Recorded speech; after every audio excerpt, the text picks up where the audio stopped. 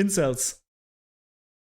Incels, right? Which I don't know. I've looked into a bit, but I don't know much about. Hmm. But I sympathise with them, Hmm. certainly up to a degree. I mean, Hmm. I'm someone who's always had difficulty forming long-term relationships, but that's probably because I'm a bit of a geek and I'm probably a bit Asperger type thing.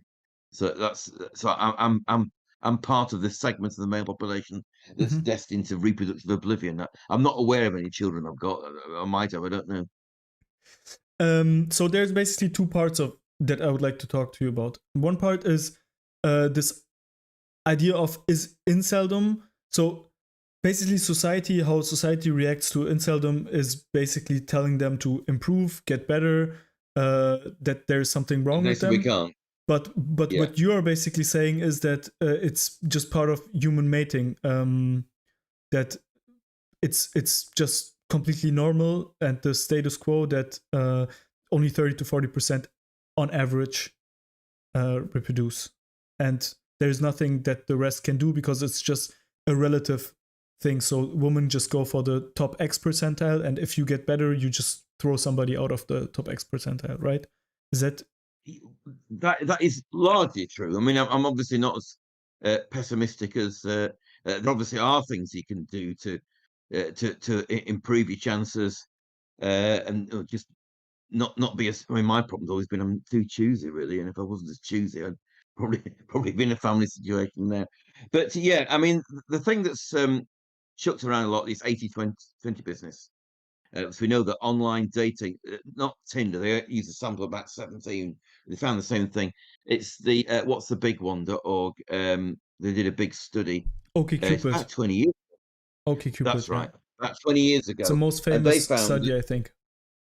yeah, and there's quite a bit of replication of it, though with dubious methodology. Yeah. But it's been interpreted by everyone as people assuming wrongly, I think, that in online dating agencies, all the women there are looking for pair bond partners. When I would have thought that it's quite likely they may be looking for pair bond partners, but they're also, or a lot of them are separately, looking for extra pair sex partners. And that's where the 80-20 rule certainly applies. In fact, I imagine it's higher than that. A female wanting extra pair sex, it only makes sense if the extra pair sex partner would be way more or significantly more better in terms of genomic integrity than their regular sex partner. There's no point having sex with them otherwise, right? Certainly not with all the risk it entails to the potential dissolution of the pair bond. Because obviously, if the male pair bond partner gets wind that the female's having extra pair of sex, thinking, well, I could end up, for the male, unlike the female, the other partner can bring a foreign offspring into the relationship. Um, a male can't, but a female can. So that's why women stand by their men and men tend to clear off. So women have got that calculation to do. But I would imagine the 80-20 thing is really a reflection of the desire for female extra pair sex mating, at least as much as high quality pair bond partners. So that might be an exaggeration, the 80-20 thing. Though generally, I think it's right. And of course, the problem is that when you're left with the 20%, uh, you look at them and you think, well, do I actually want to put all this everything, all this pair bonding, if I'm getting such a low fertility female who's not particularly attractive? So I mean, that's that's how not the you end up problem with, that with incels incels. have, right? Incels are not saying, yeah, I don't like the woman that I'm given. What they're saying is basically, I'm not giving any woman, right?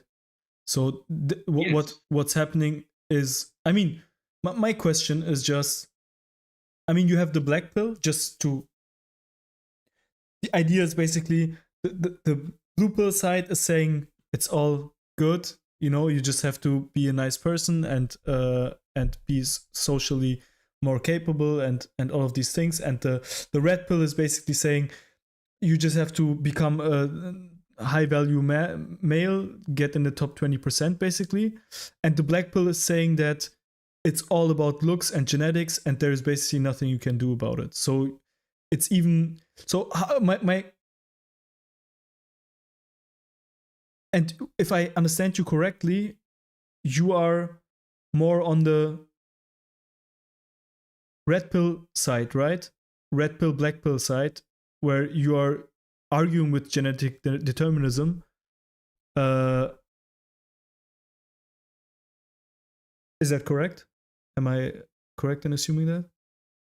Well, I don't like the term genetic determinism because the alternative is environmental determinism. Determinism is a redundant word here. It's just used as an abusive term by Marxists, basically. So sod that. You Um, are. what I do think is that most males have a real competitive instinct, and what we find, males we know are much more competitive than females. And what males tend to do is they back away from arenas where they don't have much. So I'm 5'7", so I'm not going to play at rugby and try to get to be a good rugby player. Total waste of time. But I can be a stupid geek who writes science review papers and get status that way. So most males are going to better find some niche. It might not be a fantastic one, but they're going to find some niche where they can compete and gain status. Of course, it can be very inappropriate. I mean, train spotters, male train spotters, they're in the status game. They've just really got a particularly bad arena to compete in. And of course, women are not interested in them. They just don't understand that even though they're besting other males, it's not a sort of status that's going to translate into getting them sexual access. But most males can compete in some way. So I don't agree with the incel thing that there's nothing you can do about your situation. Though obviously, if you've got some, you know, males more than females tend to have genetically loaded with stuff that makes them socially not very effective, and there may be not much you can. But But even guys who are socially inept can still compete, and if they get a lot of money or they can sell at something, they can still attract really quite fertile females. So I'm not pessimistic in the way that incels are, because it means you've got to put abnormal amounts of effort in, and so yeah, you're going to have to put a lot of effort in to improve your situation. That's just a realistic thing. And the baseline thing is, as I've said, it is, if you want, if you want to use the term genetically determined, that unfortunately, you're quite likely to be a male amongst the group that are going to find it really quite hard to find a partner that you think is worth spending your time and investing in, or indeed for any partner at all. It is a reality, unfortunately. okay, first I have to defend like I don't know where you get this from, that determinism has anything to do with Marxism. I mean, it's the foundation to a certain extent of Marxist ideology, but it's like 16th century David Hume. It's way earlier than Marxism. No. What I'm talking about is that people use it as a general rebuttal, I mean, an abusive term, particularly to even psychologists. Don't realise that their alternative theory will be environmental determinism, and the whole notion of social constructivism since before 2000 is scientifically dead. The whole basis of trying to argue that social constructivism just does not wash in science anymore. okay, so you said it in reference to genetic determinism. I mean, you said it, right? You I said mean, that everything is biologically determined, right? You said that even culture is just biologically determined.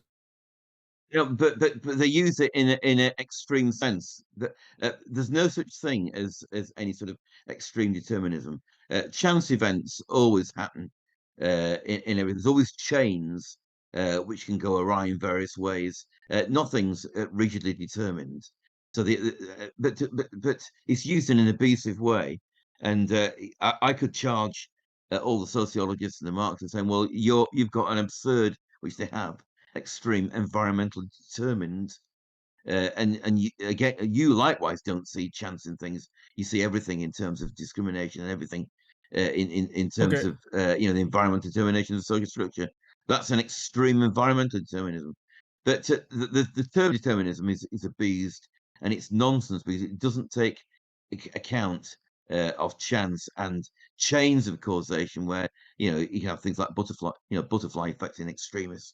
So there's no such thing as any sort of strict determinism. Yeah, I should have been more precise. I'm sorry. That was my mistake, because what I mean when I said genetic determinism, when I was referring to the black pill, I meant the outcome of their dating success is genetically determined. So it's not saying that everything, like that every factor is genetic, but that the genetic factor is so high that it's Yes. completely determining the outcome of their dating. It's largely determining their outcome. Okay, and so what is Stephen Hawking in that worldview? Is he an outlier, or is it just an exception, or is it the peacock's tail, or what is it? Well, it's just found a niche where it can outcompete other males completely, and gain a high status, high prestige position in doing it. So of course he got his partner uh, True. before he got diagnosed with his illness anyway. Um, so, but you know, But I mean, I'm pretty sure a lot of it's women not anomalous. would get a kink out of having sex with the smartest, one of the smartest persons on the planet, right? Indeed, So, so indeed. where is this? I mean, okay, maybe there you would say, okay, his intelligence is genetics. Would you say that? Is that Well, obviously, cognitive abilities can hardly be other than uh, genetically based. Obviously, is it your brain's built by biology? It's not built by society. Biology builds your brain. I mean, I feel like that's taking away from all of the work that he's done to become who he is. I mean, it's Well, to get where he is as a combination of several things. He's obviously got to have some pretty unusual cognitive abilities. He's probably also got to have a fairly unusual extent of competitive uh, energy. You've got to work consistently.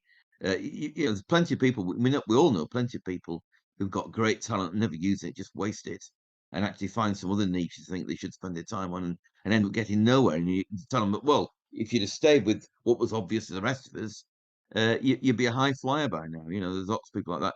He just happened to be one of those people that, uh, by a combination of things, got where he did. Obviously, it's going to be multifactored, isn't it? mhm, And of course, it would have lucky breaks. There'll be chance elements there as well, of course, of course.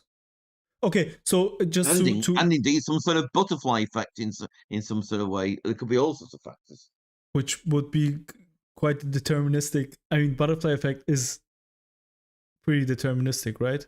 As far No, as I can remember, it it's a was very a vaguely deterministic thing, isn't it?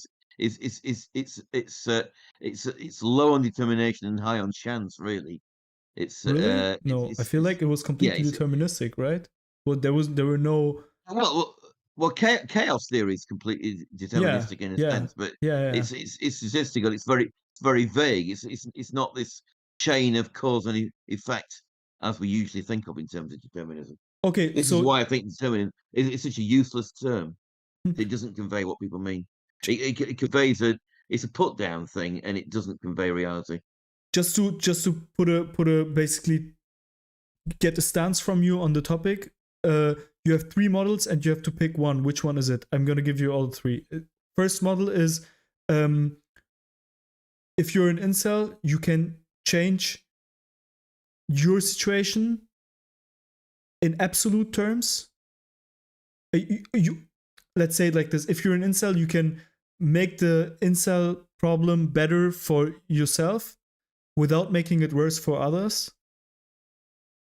Or if you're an incel, you can only do it better for yourself. Or if you're an incel, you basically probably can't do anything about it. The famous There's phrase truth in is all "it's those scenarios. over." There's truth in all those three scenarios, aren't there? And everybody's case is going to be different. There can be all sorts of different factors. So you can't say for any individual which. Oh, just realised it's getting dark in here. Can you see Yeah, me? I can, but I'm kidding. fading.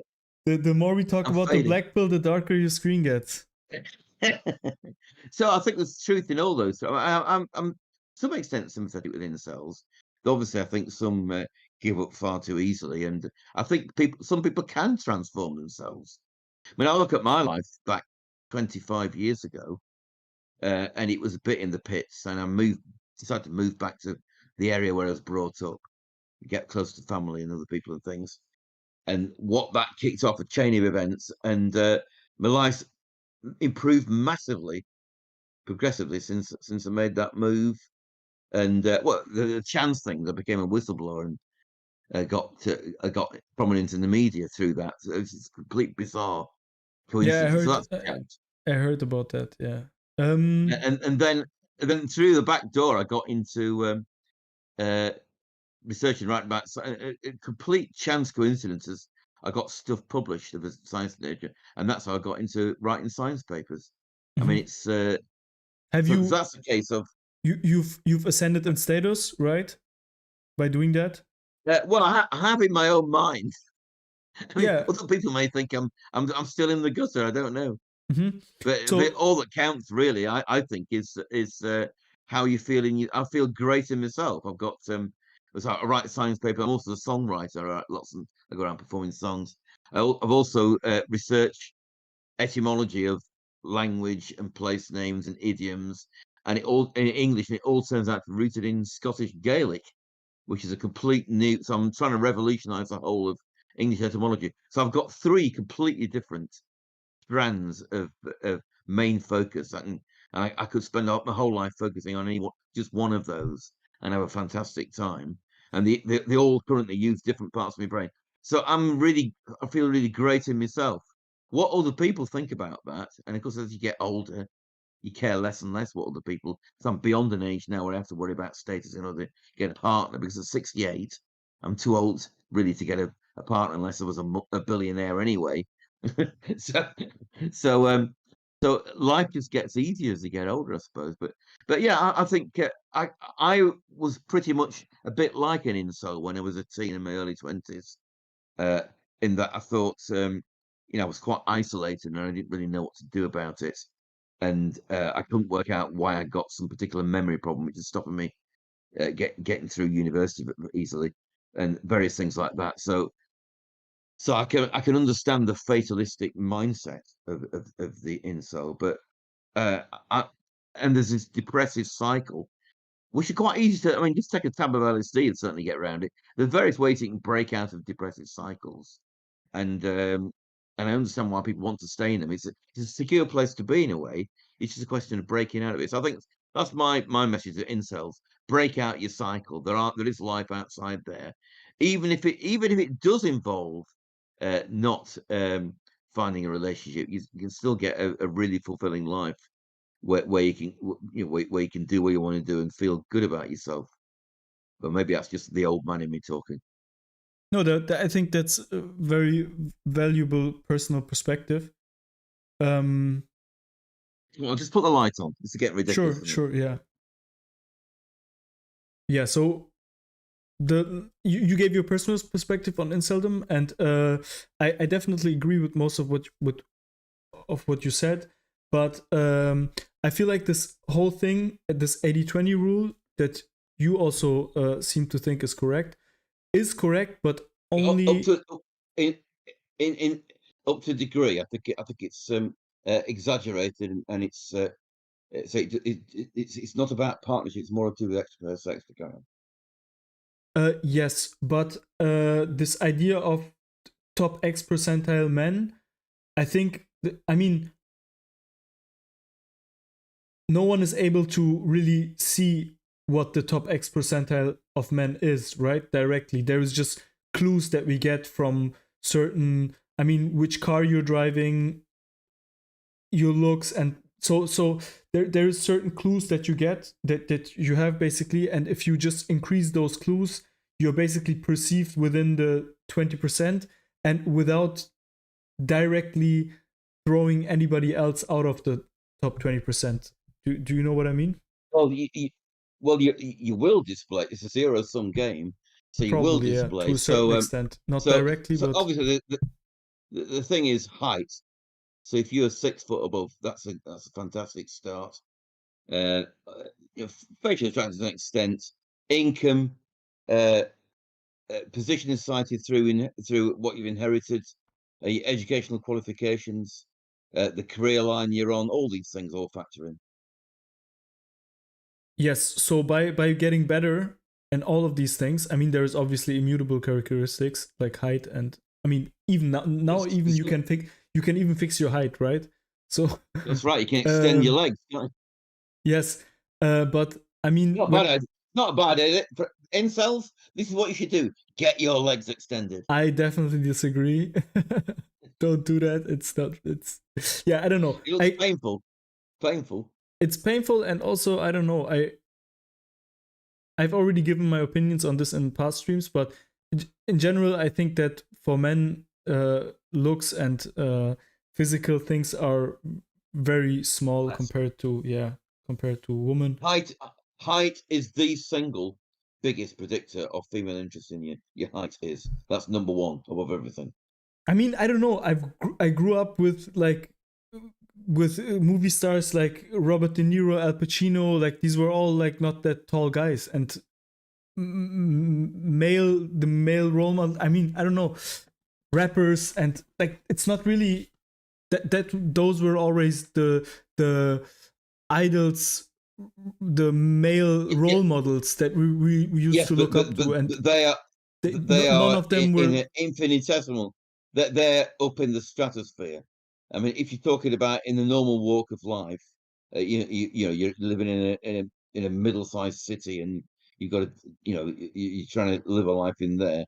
And if you're walking around and you're 6'2" compared to a guy's 5'7", you're going to do way better.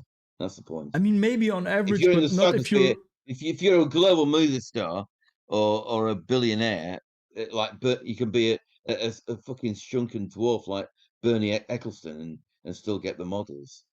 I mean, you're gonna. I'm pretty sure that you're gonna do better with a high IQ and being short than with a low IQ, very like substantially below average. I mean, IQ seems to be or charisma. I mean, like charisma is like a door opener in every situation, right? So getting along with people is like a door opener in every situation. I mean, there's so many, being a good negotiator, being a good communicator, these are all like huge door openers. And I don't know why I feel like the reason why the fixation on height or looks is so big is because it's so quantifiable and you can calculate better with it. And well, I think it's also a different mating arena. I mean, like if I look back to, I'm living now where I grew up in a place called Deepcar, which is edge of the Peak district in Yorkshire. So it's quite a rural area. And it's a village tacked onto steelwork. So I know guys I went to school with before I went to grammar school, and they got a job when they were 16 in steelworks. And they were like centre forward for a local football team. And they bagged all the girls I lusted after, the really gorgeous girls in the valley who didn't go into university. That was one way of achieving making sex when you're very young. The rest of us in the science set all went to university, bidding for status to get women that way. And some of us succeeded, some of us didn't. but It's a totally different mating arena. So if you're physically strong, good looking, and tall, and in the former thing, when you stay local and bag your female, when she's about 16, when you just started on shift work at the steelworks, you can bag a real beauty that way. Probably more beautiful than anything you're going to find at university. Okay, I'm gonna tell you in my opinion, the most underrated factor. It's not height. It's not none of those things. It's just pure access. For example, I mean, I used to work like for I think 7 to 8 years as a bartender, and in nightlife you have these event managers. It's like insane. Just the amount of people that they interact with, and by that also, of course, interact with women, and the amount of just people that go through like connecting with them and communicating with them, it's just a numbers game at some point. And just some people, just by the virtue of working from home, for example, me currently, I'm working from home, so it's a huge difference to my bartender times. Just the amount of people that you interact with on a daily basis. If I wouldn't have a social circle where I meet people on a regular basis, I wouldn't meet anyone on my job outside of like Skype and meets and stuff like that. So sometimes it's also just access, right? So I don't understand the fixation on stuff like height. I mean, I'm pretty sure that a 5'7" event manager gets more girls than the 6'2" informatics student. I'm just a guess. I doubt that. I'm pretty sure I've seen it like countless times.